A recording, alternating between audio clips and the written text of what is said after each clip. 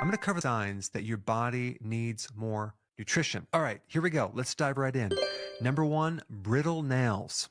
This usually means low protein. All right, the next one is tetany. It's that little twitch that just kind of twitches underneath the left eye or could be on the arm. What that is a magnesium deficiency. Magnesium regulates this amount of calcium. And so now we don't have the normal contraction and relaxation going on because the lack of magnesium accelerates the nerve impulses. So you get this extra twitching thing that goes on in your body. Next one is hip clicking or joint clicking. If you're getting this excessive clicking, the deficiency in this situation is vitamin D3. Now, to fix it, you have to increase your vitamin D3 to at least 20,000 IUs or more. Because one really interesting function of vitamin D3 is remodeling of the joint. Pretty wild, eh? Next one is premature graying of your hair. This is usually a vitamin B5 deficiency. Now, vitamin B5 is good also for your adrenals.